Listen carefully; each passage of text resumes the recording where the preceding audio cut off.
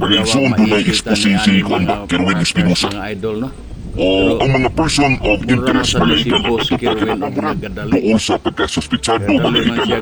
mao ang Sa mga may otoridad ng balong mga init pulis kayo. mao ang pusil niya Ato karon. o usa sa mga Doon na pag yun siya person of interest di pangamuhan ni sa Sakakernel legal na chief, city chief sa siyudad sa Ormoc.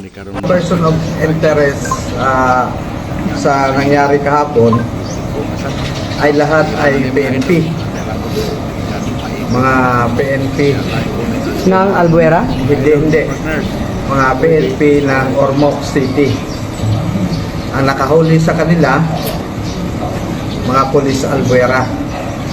Ang mga salarin, ang mga person of interest, sila si Police Colonel Redante E. Arisa, City Director ng Ormoc, na ang mayor ng Ormoc ngayon si Lucy Torres at Congressman si Richard Gomez.